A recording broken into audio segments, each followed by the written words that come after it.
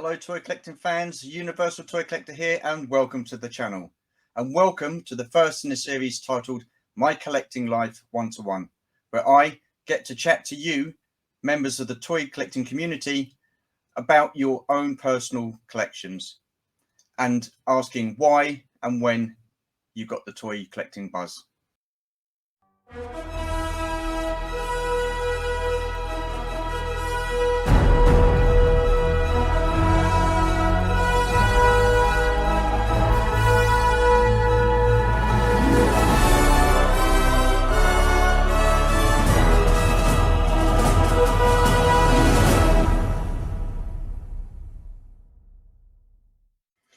Most of you may know or recognise my first guest. I mean, after all, he is a man with many talents. But before I introduce him, I'd like to show you just a little montage of what he likes to get up to and what he likes to collect.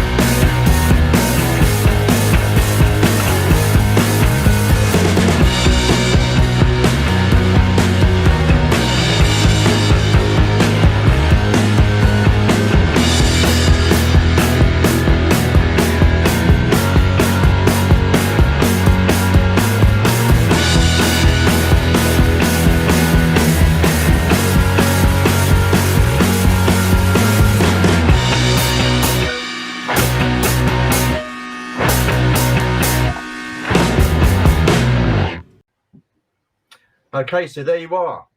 Now you all know who my special guest is, and I'd like to formally welcome him, Chris Miwa. Hello, everybody. Hello, Stu. Hello there, Chris. Good to see you, my friend. How you been keeping? Yeah, doing good, keeping busy.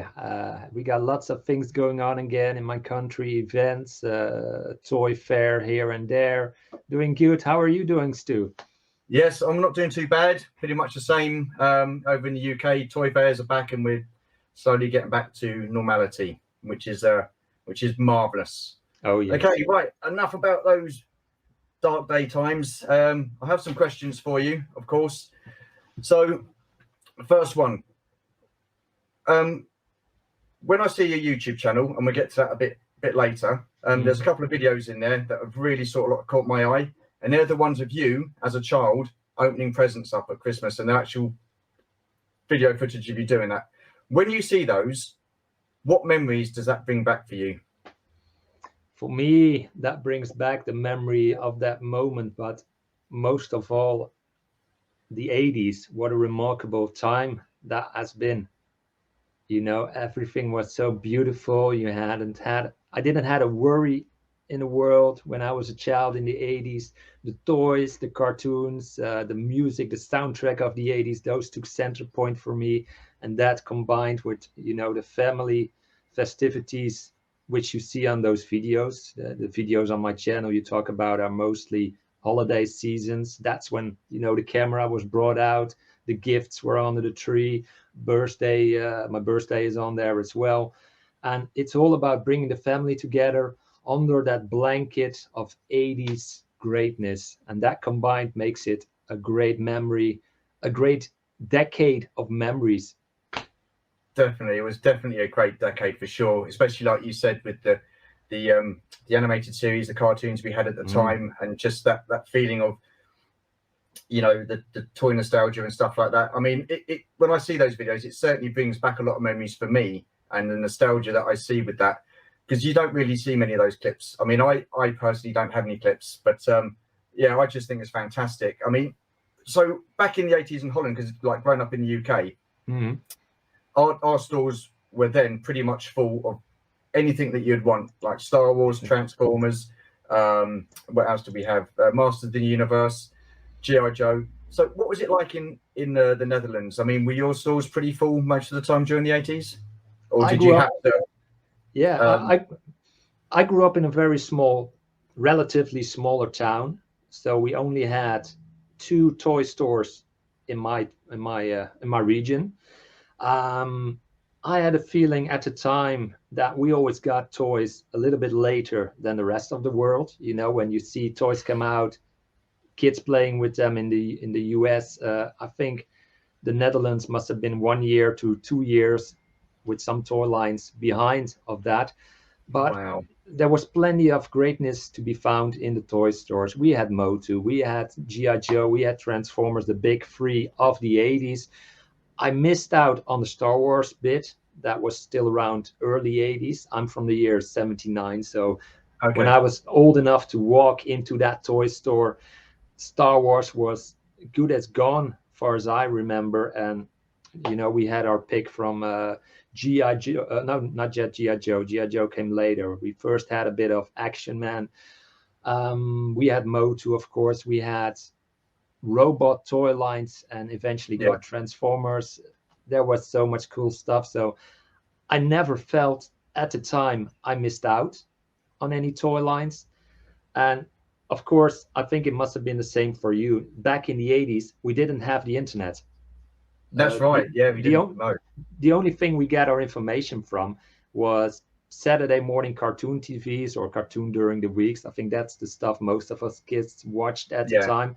And that was our reference, the commercials between the cartoons. So what was on there was what we most of the time could find in our toy stores. And for me, I probably watched the same sort of Saturday morning cartoons as you in the US. I never watched any Dutch cartoons.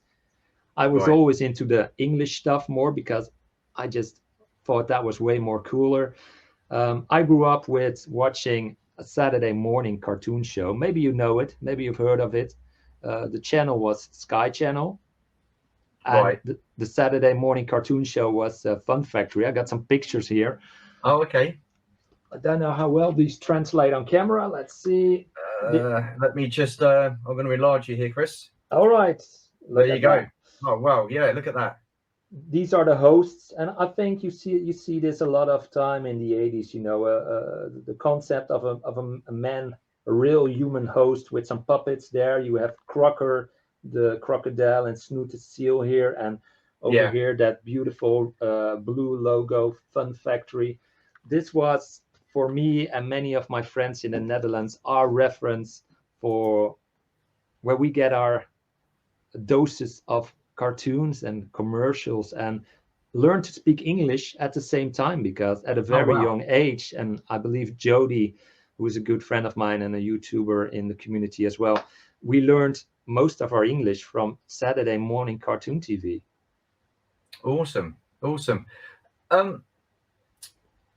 I was going to say with your brother, because I've seen your brother in the video as well. Did you two get the same toy, or did you get things totally like separate? So you got like an Optimus Prime, and he got like a Megatron, or did you generally get the same toys? Or was there much arguing between you two with who got what, or was it quite civil? Quite civil. There is a bit of an age difference. My brother is a few years older than me. but Okay. especially in those years, and you see it on the TV, on the YouTube channel videos I have from those days.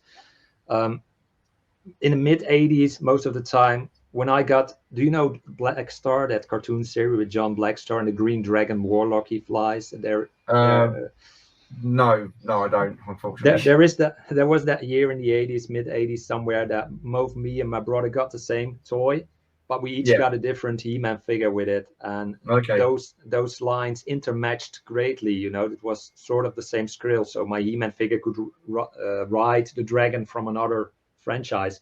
Oh, And okay. my brother got Man at Arms. I got Evelyn that All right. Christmas, and I was a bit jealous because I was like, dang, Man at Arms is a way more cooler figure I fought at that time as a kid. So I was like, ooh, I wish I would have gotten that figure. But yeah, I got a cool green dragon to go with it anyway.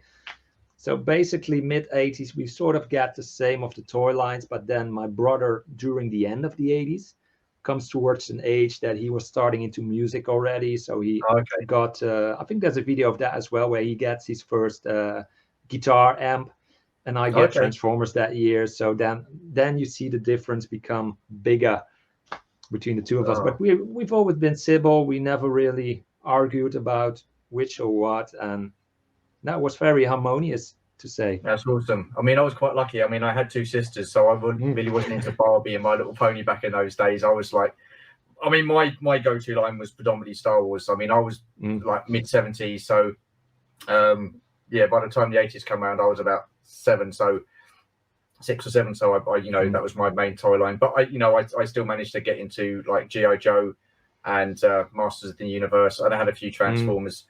But I was going to say, with having no internet, I mean, a lot of times when you like got a G.I. Joe vehicle or something like that, it come with like a little pamphlet, and you could open it up and it would show you exactly what was in that wave. So you're like, oh, okay, yeah, I've got to look out for this one, I've got to look at this one.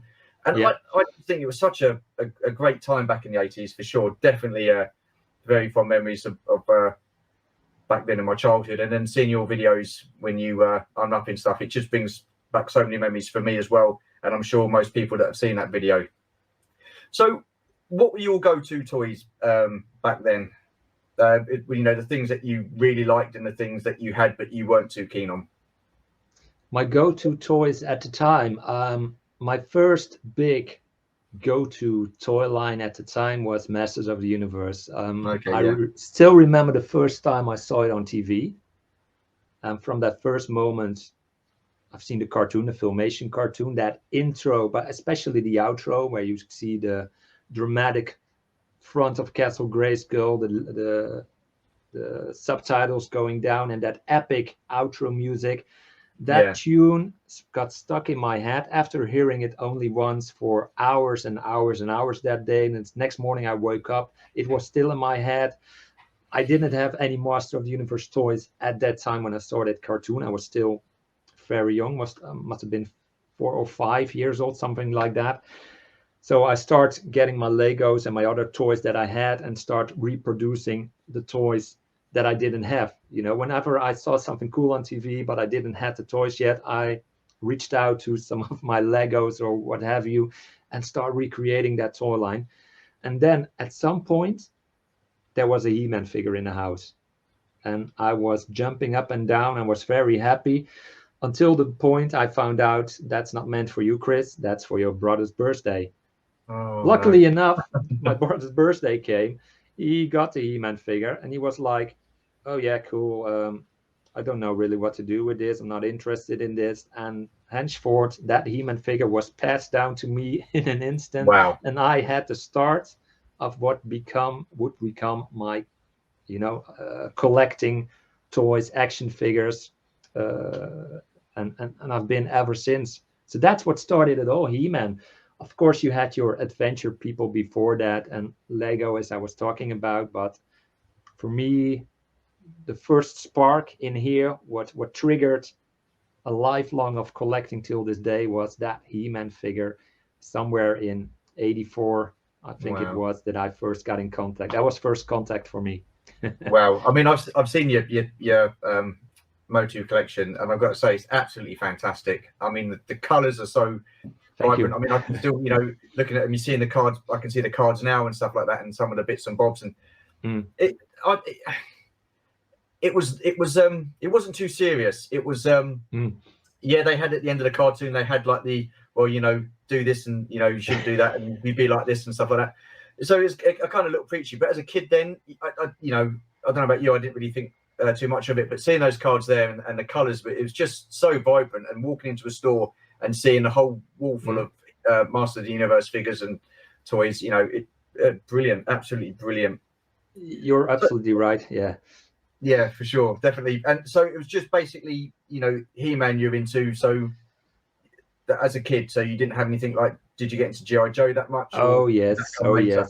yes. He-Man was just the start of a room full of toys, different toy lines at the time. You know, it's funny that you say that memory from walking into a toy store and seeing those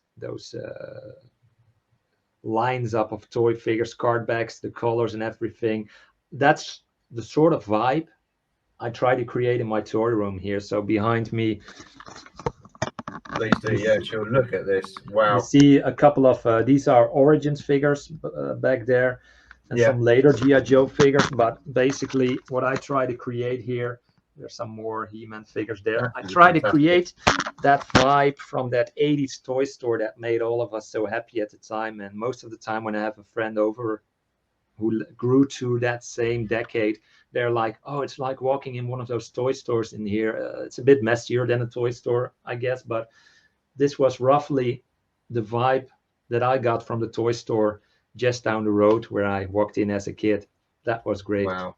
That was great. I mean, yeah, like I said, I've seen videos of your collection, and it's absolutely fantastic. I mean, so at an early age, you were into all these toy lines and stuff like that. So when did you start thinking, I'll tell you what, I won't just have the toys, but I'll become the toys? Cosplay. When did you start getting into that? How old were you then? Cosplay. Yeah. Cosplay came much later. I think it was 2017 that I first. Wow, not long then.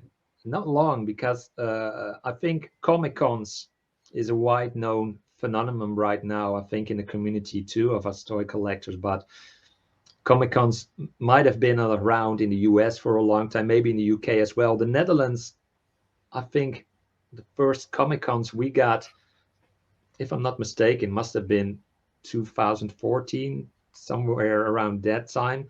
And I humped on the bandwagon in 2017. I've been to a few of reenactment fantasy fair events where they hold a fair around a castle in the Netherlands with lots of foods, people dressing up at nights or fantasy characters. So I've been visiting a few of those before 2017, but I think 2017 was the first time that I took time to create my own character outfit and joined the fun. And watching cosplayers, people dressed up in costume, play out those awesome characters, or join the fun and dress up yourself and become really part of it, that's a huge difference. And that's when something was triggered again for me. And the moment I get triggered, I'm going all out into that passion. It's always been the same with everything. And my first character at the time was a video game character. I always liked to be a pirate as a kid. Okay. I always liked my bit of history as a kid. I was at a very young age, and that's where it all started, I suppose, for me. I was interested by those golden age of Hollywood epic costume movies like Errol Flynn and Robin Hood. Okay, you know, Richard Taylor in Ivanhoe, Burt Lancaster in I think the film is called is that the Crimson Pirate, or was that Yul Brynner? But those epic battles with those ships, you know, from those golden age of, we got a lot of that on TV in the 80s as well. And as a young kid, I saw that, and I was always like, I love the time, I like the history, but I also love the costuming, the weapons, the capes, the cloaks, the swords, everything, the helmets, the armors. And yeah, that's what triggered me. So my first costume was a pirate character from a video game franchise called Assassin's Creed. Edward Kenway from Assassin's Creed Black Flag, which is sort of a pirate franchise. and I sort of created my version of that pirate. And that's how it started. You have to start somewhere. And not long after that, another famous pirate joined my cosplay wardrobe. And I guess you know who he was, Savvy. Oh, I have no idea, but I'm sure you're going to tell us. Captain Jack Sparrow, mate. Awesome, absolutely fantastic. I mean, fair play to you. I mean, I go to Comic Cons and stuff like that, and I went to my first one back in the 90. What was it? I think it was the mid 90s. Cool. And yeah, totally different to what they are now. Totally different. I mean, you could walk around, you could look at stuff, and you wouldn't get bundled over, and it wasn't big crowds. But then all of a sudden, I don't know when, I missed a good, I think 5-10 years of Comic Cons, and when I went back, they were just epic, out of this world. Yeah. The amount of people there, you had bigger guests there, and I think those bigger guests were the ones that were drawing the people in and the crowds. But I always enjoy seeing people in their cosplay outfits. I mean, I'm guessing you make your own. You make your costumes, yeah? Make my own. Not all. No. It's a bit of buy costumes, customize them, adjust them, upgrade them to my own taste, do a bit here and there, give it my own twist. So the Mando costume I have, which is one of my favorites, I bought a basic costume for that. Then I start weathering, sort of destroying it so it looks like it's been through a battle of you. It never should look too clean.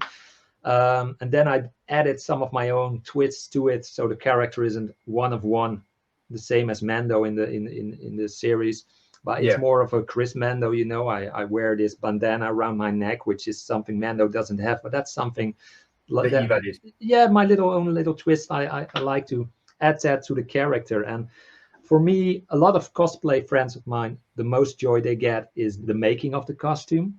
Yeah. For me personally, it always has been more diving into that character. When I cosplay a character, I do weeks, months of research, studying the movies, the series, study that character, studying every move, studying the way he speaks.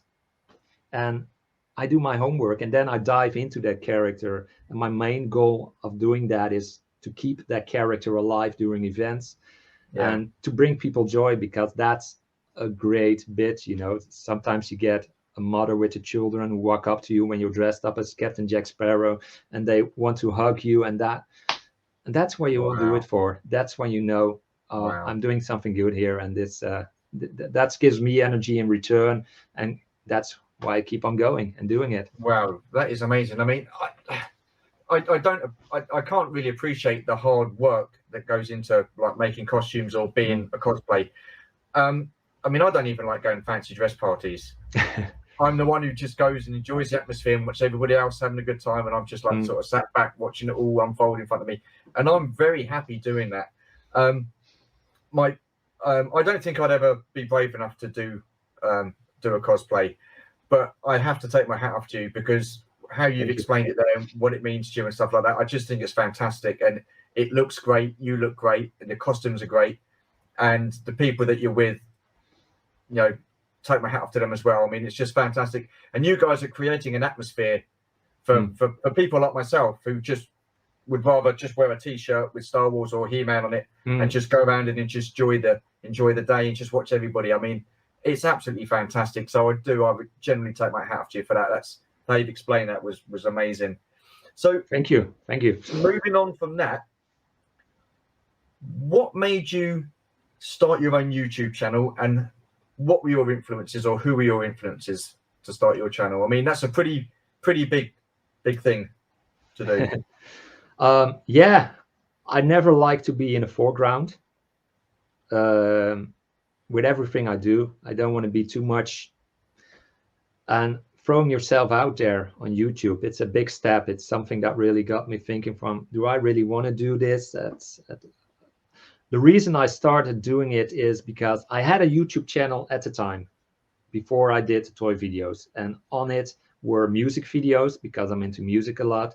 and there were some of the cosplay videos on there. I started filming a bit during events, trying to treasure that memories with my friends, putting them on my channel. So it's easy for my friends after the event from, hey, here's the after movie video. If you like to go through our cool experience day again, here's where you can enjoy it again. That was the only reason that I got a YouTube channel at the time. Then Corona hit, and all of a sudden Yeah. the music was gone. There were Yeah. no more cosplay events, and I had none of my hobbies that I was, doing at the time, that I couldn't do those anymore. And I had nothing to post on my channel. Everything went dark there. And then I thought, well, there's one third hobby I have, and I have been enjoying that for years, collecting toys. Why don't I start making some videos of my toys and put that on my channel to just, have something on there? And it started with really short 1-2 minute video test videos with, you can't see me, you don't hear me talking. It's just a sort of music video clip, a soundtrack with some different camera angles from a toy that I want to show Yeah. up. And some of them were really amateuristic, basic. I was really trying to find my way there. You can see it there. And I think that's something we all go through when we start on YouTube. And that's a healthy process. Definitely. There's nothing wrong with that. But yeah, then I found out there were a lot of more channels out there doing what I was starting to do, but they were doing it so much better. I found out about a channel very quickly because I was in Motu, Pixel Dan. That's Yeah. one. If you press Motu Toys, Pixel Dan is one of the channels that jumps on your YouTube search results Yeah. as first, of course. And then you get other recommendations like Michael Mercy jumped up, Yeah. Retro Blasting jumped up. From Retro Blasting, Analog Joys jumped up.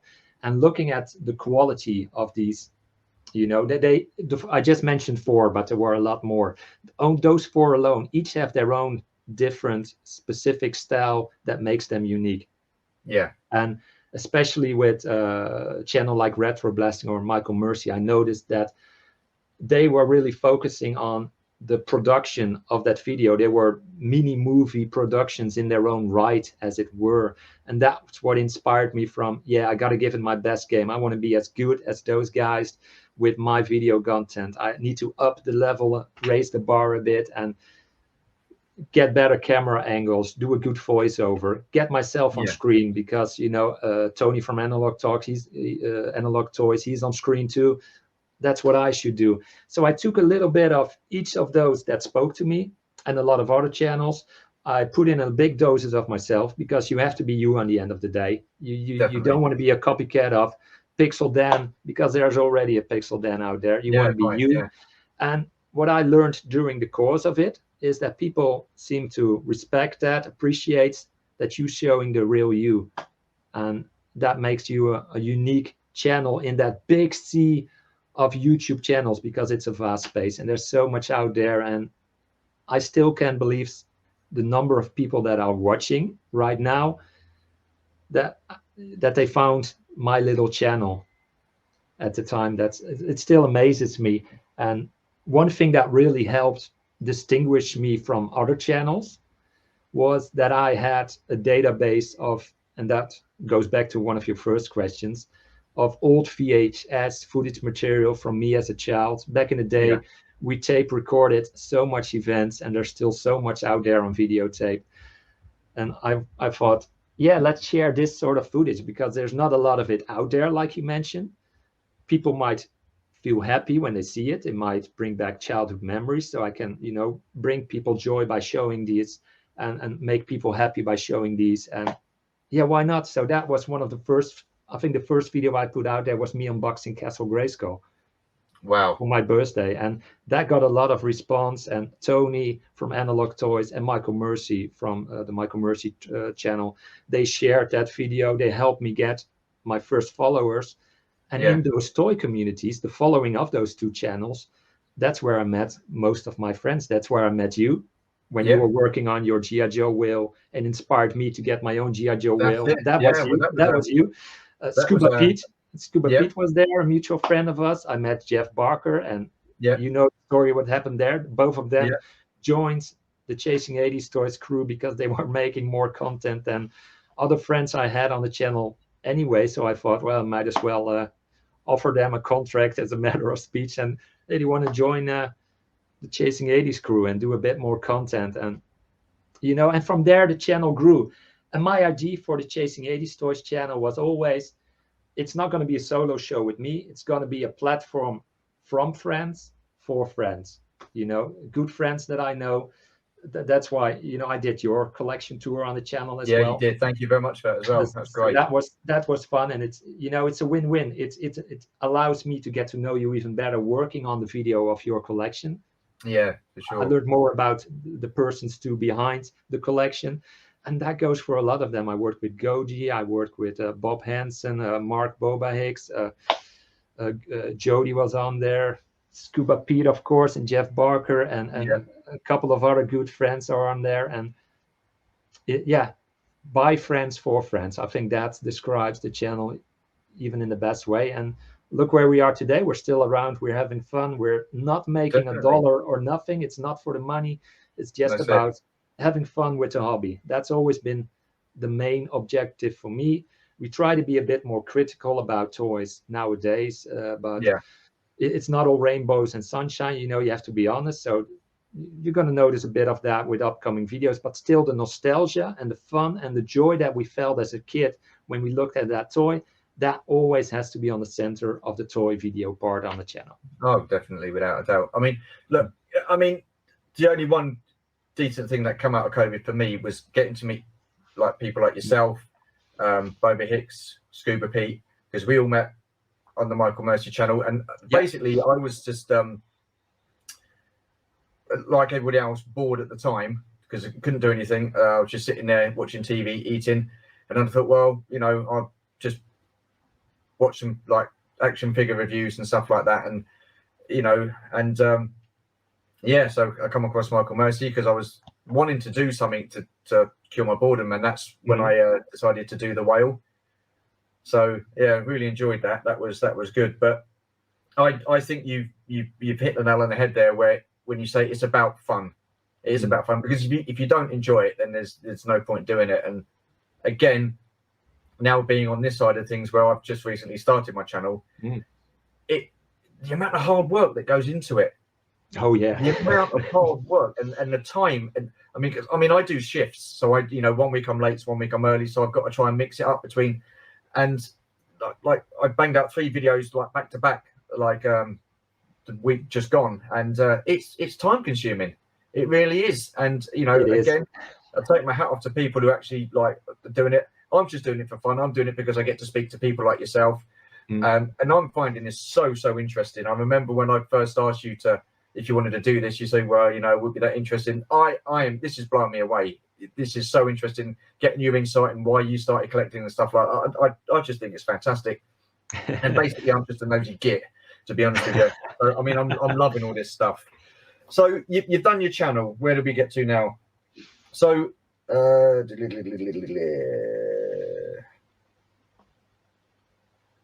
so what is your most treasured part of your collection? The bit that if you could only take one thing with you, what would that be? Oh dear, the dreaded question, the horror of every toy collector. It changes with me. I have a favorite toy line at the moment, which is Mask. My top 3 favorite toy lines is still the same as the last couple of months. It hasn't changed much. It's still Masters of the Universe, G.I. Joe, and Mask. Those are my big 3 favorites. Mask is at the top there, with very close second is Masters of the Universe and G.I. Joe. Right now, talking to you, and that's how my mind worked, I'm triggered by the whale, because talking to you brings back so much good memories of seeing those first pictures you posted on that Patreon of the progress on your whale. And not long after that, I was brave enough to buy a shell of the whale, and it looked like it's been torpedoed to smithereens. And if you want to see the way it looks now, always. There it is. It's complete now. It's looking good. I even found a small windscreen for the little tubby there. It's ready for action, and that's inspired me. So at this moment, if I could take out Oh, we seem to have lost Chris. Where's he gone? There he's back. We're back. Okay. Cut it out. Yeah, oh good, that's right. Where were we before we You said about the whale. Yeah, the whale. I got triggered by you. Yeah. You showed those pictures. I start working on the whale, and I was like, right now, if I had to run outside of a house, it's next to me, I would grab the whale because I'm talking to you. I'm being inspired by speaking with you, Stu. So the whale, all of a sudden, risen on the top of favorite toys in my toy room. But Mask is a big favorite. Motu is the biggest collection that I have here. So I'd probably, it's impossible to choose. It's like choosing between one or the other, What would you do? What would you, how could you, Star Wars or G.I. Joe? What would you do? Listen. I'm the one asking the questions, Chris. It's my channel.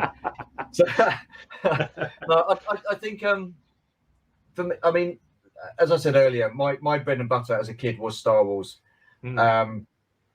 And so, hands down over everything else, it would have to be my Star Wars collection that I would, if I had to stop collecting everything, Star Wars would be the one that I would continue collecting. If I had to take one thing with me, what would it be? Well, it would have to be the sail barge. Oh, wow. It would have to be the sail barge. Yeah. Because then what I could do with that is I could flog it and then get enough money to start getting stuff again. Now you're thinking ahead. Oh, listen, it's up here. It's all up here. So basically, what you practically answered the next question is, what is your focal point of collecting? So you practically said like Master of the Universe is pretty much your go-to. G.I. Joe and Mask. Yeah, basically those. I have a lot of, behind me on this side of the toy room is a wall of Motu. And it's not one wall anymore. It's taking up the other wall of G.I. Joe at the moment. It's creeping into that space of G.I. Joe because there's so much Motu Origins coming out. Yeah. That's basically the only modern toy line I'm into at the moment actively. That's Motu Origins. Yeah. But yeah, whenever I just picked up a Night Viper incomplete. Oh, okay. It's a great figure. I saw our mutual friend Dave C from the YouTube channel Straight from the Pit. Yeah. He did a video of those troop buildings, and he did a video before showing a Night Viper, and I was like, oh, I need to get me one of those too. And I found an incomplete one for €8, and I'm gonna enjoy so much getting that figure complete. That's one of the most enjoyable things about this hobby for me, buying a toy incomplete at a good price. Nothing in this toy room is overpaid. Everything in here, even the whale, everything, the Night Raven, the Rattler, it all was pocket money.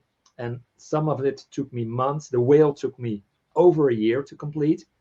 And did I mind having an incomplete whale on the shelf? No, I enjoyed every day, every week, every month, hunting down, chasing those toys. That's part of the fun of the hobby for me too.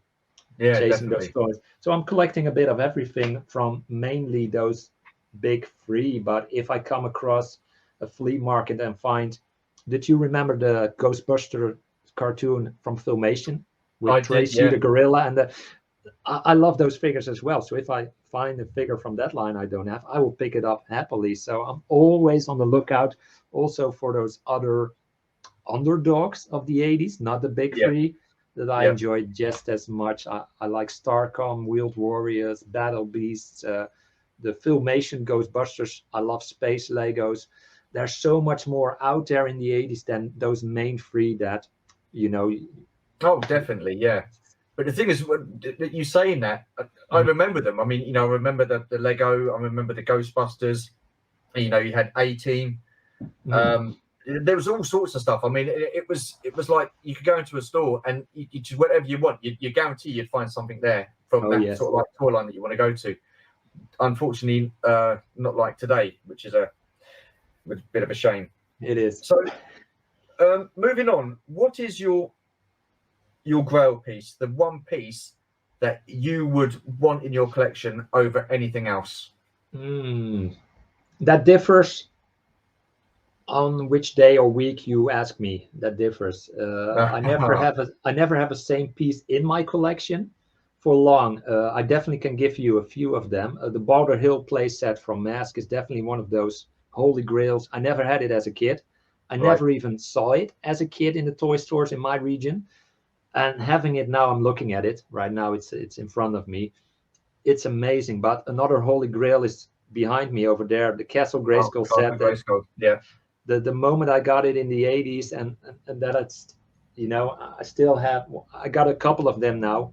I got one behind me showing the exterior, and one Oh, okay. below here. You can Yeah. sort of see it showing the interior. Okay. I got the Origins one in another corner there. The Well. Fright Zone is there, Snake Mountain.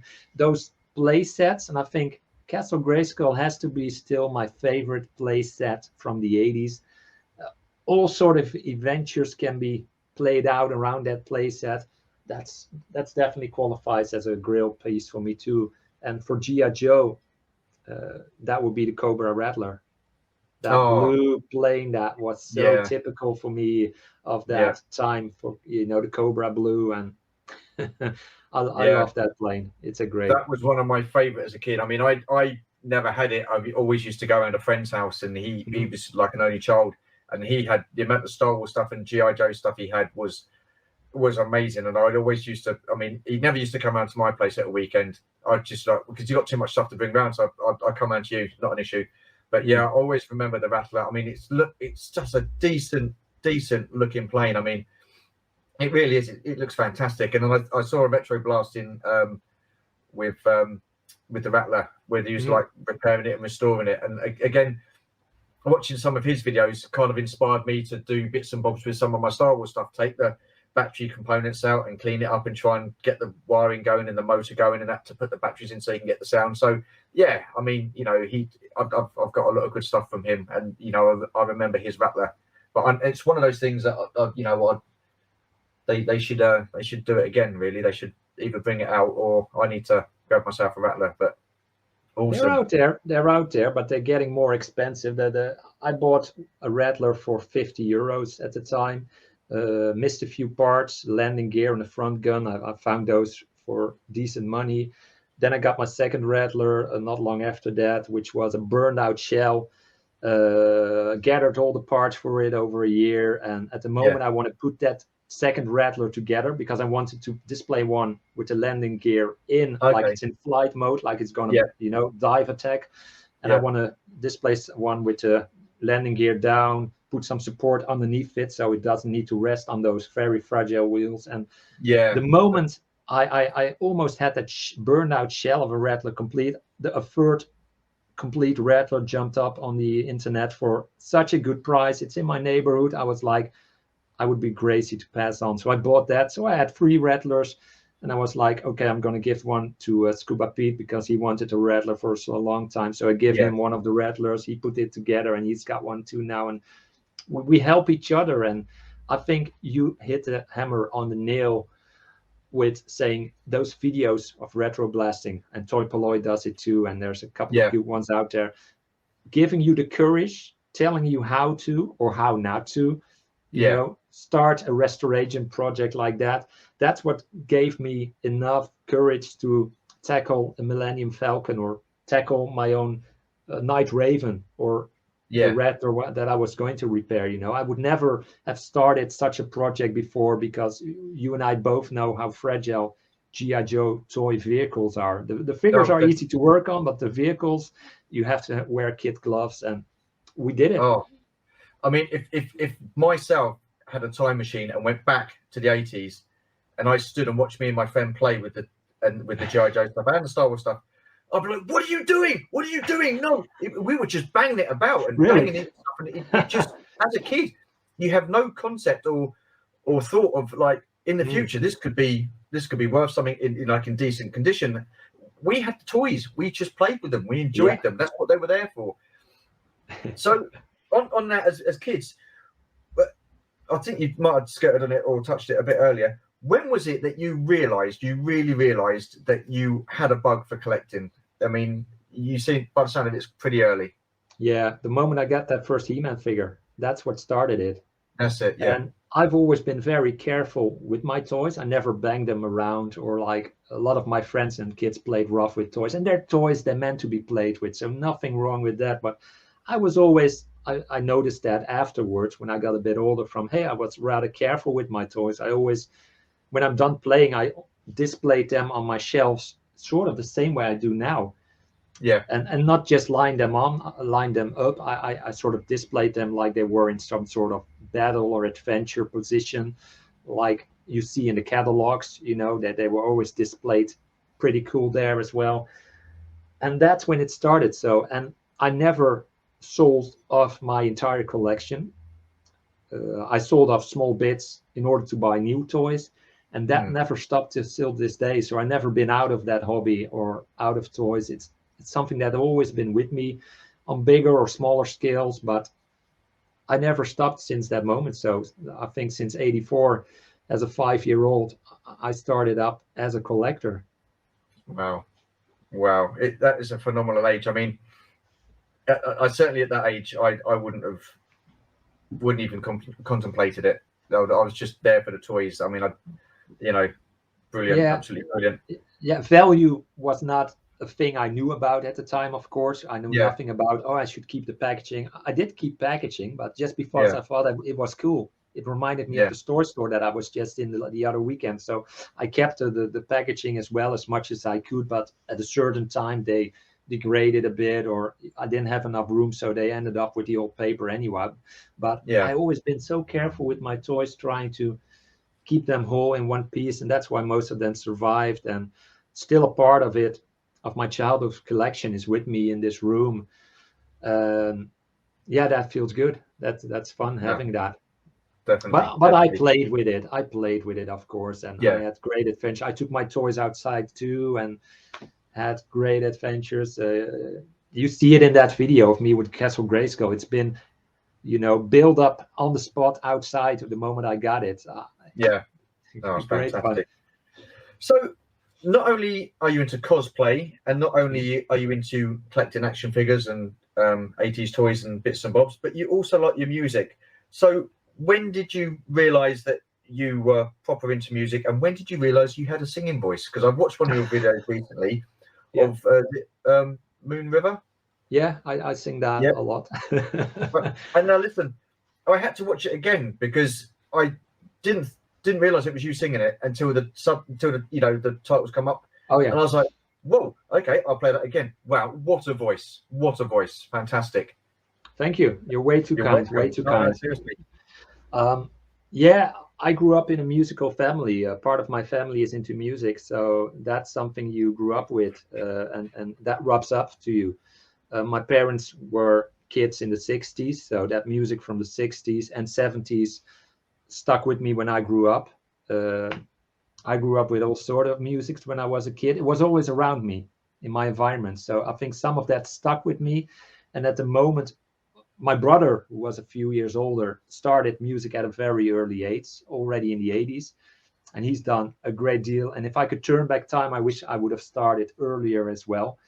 But I started kind of late. I'm into music now for what, a year or 10 to 15 years now. Had some great gigs in the meantime, performances, had fun on stage. The same fun I get from cosplay is what I get from music. Being out there on a stage in front of either if it's 10 people, 5 people, 100 people, or 400 people, long as those people enjoy themselves, they give you energy. And you, as an That's it. artist Yeah, on stage, you feed on that energy and that you give it back. And one cannot exist without the other. And that's such a wonderful relation. And that's what I like about music. Plus, keeping certain songs like Moon River, you just mentioned, that's a very yeah, old song. yeah, And you're not going to hear it on the radio much too often unless you go to a classic age of Hollywood 40s, 50s radio station. yeah. That's it. I like keeping certain old songs, those crooner songs, Frank Sinatra, Bing Crosby, Dean Martin, Andy Williams. I like to keep that alive, and that's why I also sing that sort of music. But we also do rock music like U2 to I've done Simple Minds, '80s music, that is modern music. We've done grunge, Nirvana style music. We do our own numbers, and it's such a diverse world. Again, I'm very happy that I have 3 hobbies which are so diverse, which are so much fun, which can be so much fun. And yeah, music is definitely one of them. And finally, this year I started rehearsing again. I picked up the bass guitar again. Yeah. When I started out with music, I used to be a bass guitar player and I used to sing 1 or 2 songs, but mainly I wasn't going to be the front man of the band. And then I picked up guitar playing and learned. I'm a self-taught musician, so I learned everything myself. And now I picked up the bass again. It's gone full circle, and still I'm gonna sing 3 songs for this band as it goes at the moment. And I don't want to be the front man or want to be the face of the band. I want to be that guy enjoying himself, supporting the other band members, and try to Yeah. create something together instead of shine alone. That's not my kind of thing. You work better as a team. Yeah, it's all about team, because you could go to the Himalaya yourself, and after that you can show me pictures, and I would be like, wow, Stu, that's great. Oh, that's awesome. I wish I would be there. What if you and I went together to the Himalaya? Then 1 or 2 years or 5 years after, you can say, remember, Chris, when we were standing on top of the Himalaya, how cool is it? You share that experience, and Oh sharing an yeah. experience together and then be able to talk about it for years. That's so much more precious than telling somebody else who wasn't there. They're not going to get that same level of excitement. So that's why I like doing things together on my YouTube channel. There it comes again with Yeah. music. I like to share that experience with friends, because that way it's more fun and you can talk about it afterwards, enjoy it afterwards, and you create some awesome memories. Memories are so much cooler created together than alone. Oh, for That's sure. that's I Definitely. think the Definitely. I point. mean, we've got a fair bit in common because I've actually spun a yarn myself and sung a few songs myself. I know Being in that. being in theatre. So yeah, no, I mean I like your style of music. I call it big band music. Like you say, Matt Monroe's. Yeah, Who else was there? I oh crikey, Frank Sinatra, all those kind of stuff. And as a kid, my dad was a massive Elvis fan, wow. and so basically he would play that a lot of the time. So I grew up listening to the likes of Elvis and stuff like that. So occasionally when we get time to go down to the local karaoke, I bang out a few Elvis tunes and stuff like that. And I've still got it. I haven't sung properly for years, but I can hold a tune. So I'm quite happy with that. But I mean, even like the modern day, like Robbie Williams. I mean, he did like a big band Yeah, he did it too. album. Michael Bublé, some of his stuff I don't mind. Rock stuff, I like rock. Singing it though is a different ball game. It really It is. is. It is. But it's just because I've not sung for such a long time. It's really hard to get back into it. And I with work, because I'm doing the shift patterns and stuff like that. And as you know, work comes first. I don't get the time to do the things that I probably would have liked to carry on doing, like the shows and theatre and singing and stuff like that, because I'm one of those people like yourself who, if I want to do it, then I throw my all into it. Yeah. And I can't do that. I can't commit to doing a show. I can't commit to being in a band, or and it's a shame because I want to rehearse every week. I want to be there every week with the people and stuff like that. I mean, my only sort of like get out is my collecting, and now starting this. I mean, it's easy for me to do this because I'm at home. I can do stuff in the mornings. I can do stuff when I get back from home. So the only commitment I've got is to myself. So moving on, where are we? Your love for castles and visiting castles, I find that very interesting. I really do. I mean, some of the scenery and some of the photos you've taken that we saw in the montage intro, brilliant. So what were that about? Yeah, that's all again to growing up as a kid, seeing those big blockbuster Hollywood movies from the 40s and 50s and early 60s. Like I mentioned, Ivanhoe with Robert Taylor, Robin Hood with Errol Flynn. You see your portion of castles in that, and that always inspired me as a kid. It wasn't only the costumes and the armor and everything around that. It was also the castle, the place set where the movie took place, as you like. So castles it's always been a great fascination of me, that history bit of it. And I dived into that as a young kid to learn more about castle. And I found out quickly that there were more castles in other countries than where I lived. And when I was old enough, I traveled to the UK so many times trying to see as much castles as I could. And some of the castles you see in the montage, or I think all of them, are in the UK. There's Oh, Bamburgh wow. Castle in Northumberland. There's, I think you've shown Raglan Castle in Wales. Uh, I think Tentacle is there in Cornwall, the one where legendary King Arthur was born, legend Wow. says. So Wow. I visit so many of those places in the UK. Just to, took a road trip when I was old enough, and I got a car. I bought a ticket, took my car, got on a boat over to the UK, and myself and my car, we just traveled wherever we wanted to go and go on adventure and seeing all these beautiful Wow. spots in the UK. And I think the UK is the most visited country I have ever been to. And it always feels like coming home a bit for me. There's Wow. something about, you guys, you drive on the right side of the road. For me, it makes more sense. I don't know what it is to drive on the side of the road where you drive.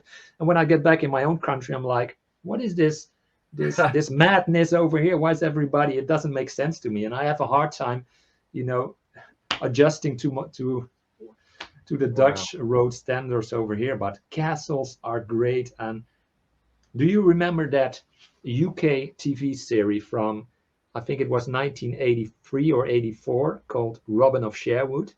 Yes. Does that ring a bell with you? Yes, it does. Yeah.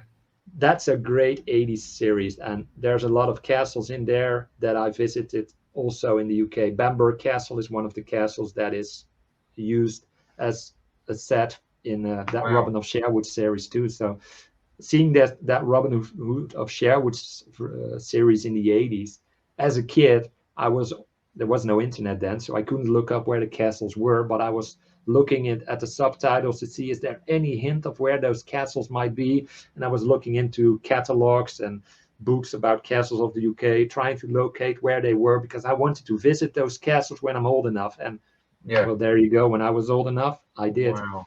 I mean, So crikey. I mean, again, the thought and the time and the effort that you put into finding out where these castles were and actually coming over to do it. I mean, like I just don't think people appreciate it because now you've got the internet mm, and just look on the internet and it's bang, the information's there.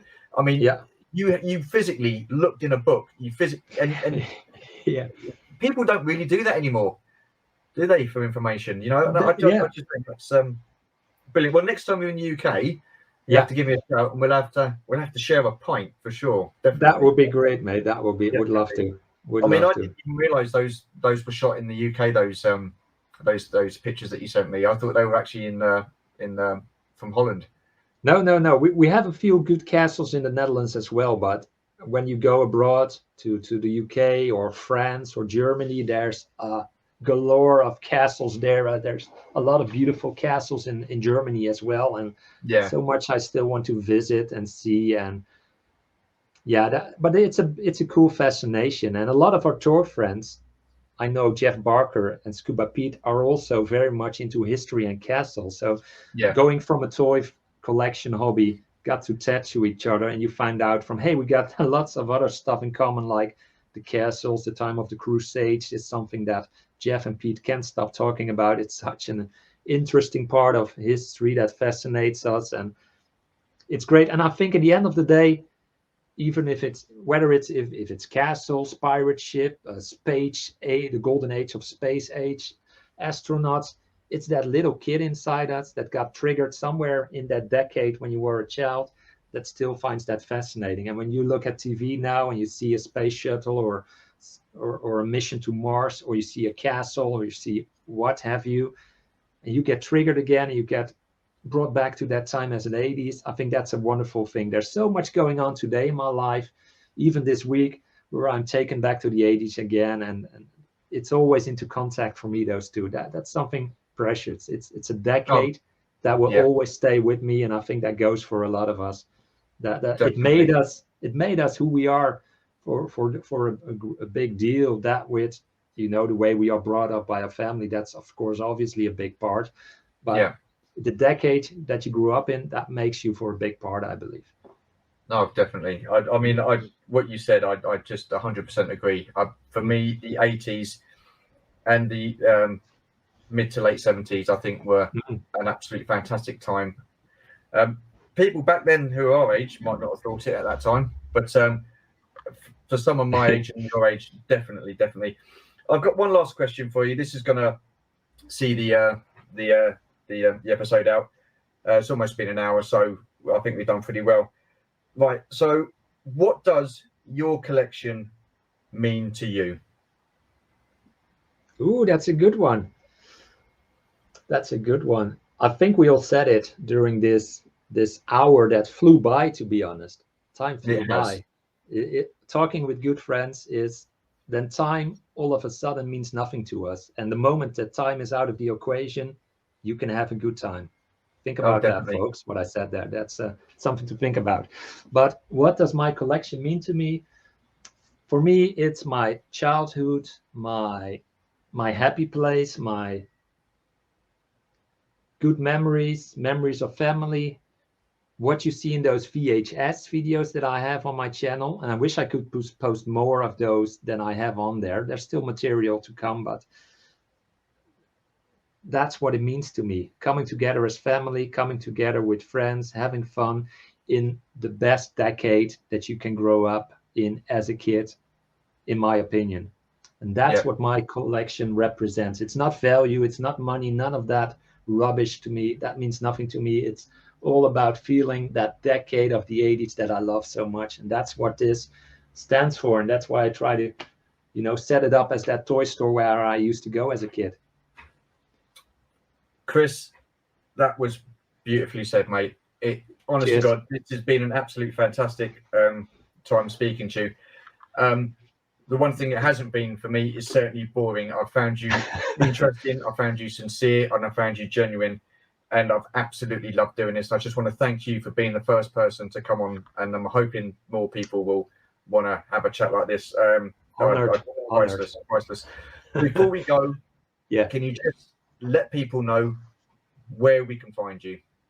You can find me on the Chasing 80s Toys YouTube channel, where together with my good friends Scuba Pete and Jeff Barker, we keep the fun of the 80s alive. And not only the three of us, a lot of our friends are on there too. You can also find me on Instagram, Chris Miwa. And that's where I'm not on Twitter. Scuba Pete does something for the channel on Twitter, so we all play our part on the channel. And that's basically where I am. You know, I'm not active for the channel on much other platforms. I'm not really, that was never my intention with the channel, to shout out there and get as much numbers of watchers in there. No, if it's just a quantity of watchers, of friends who enjoy it, and you know, you can have 1,000, you can have 2,000 subscribers on your channel, but there's only going to be 50 of those who each time watch your video and take the time to comment, and you comment back to them and you get to know them. And I think basically those are the ones that you're really doing it for, plus the ones that of course you don't know about, who don't comment. But there's, from the 2,000, there's only a small portion who actively, you know, watches every episode or every video you do, and that gives so much energy. And that's what we do it for. Quality over quantity. That's what Bob says to me. Yeah. Well, like I say, it's been fantastic talking to you. We're going to give it a wrap. What I'll do is I will put your links to your YouTube and Instagram, because for me personally, I would strongly recommend you subscribing to Chris's channel and getting involved with Chris on a communication level. He's possibly one of the nicest, genuine guys I've had the pleasure to talk to in this community. So, Chris, it's been an absolute pleasure, and look forward to speaking to you again soon. Take care. Thank you. Take care. Bye-bye. This is the way. Awesome.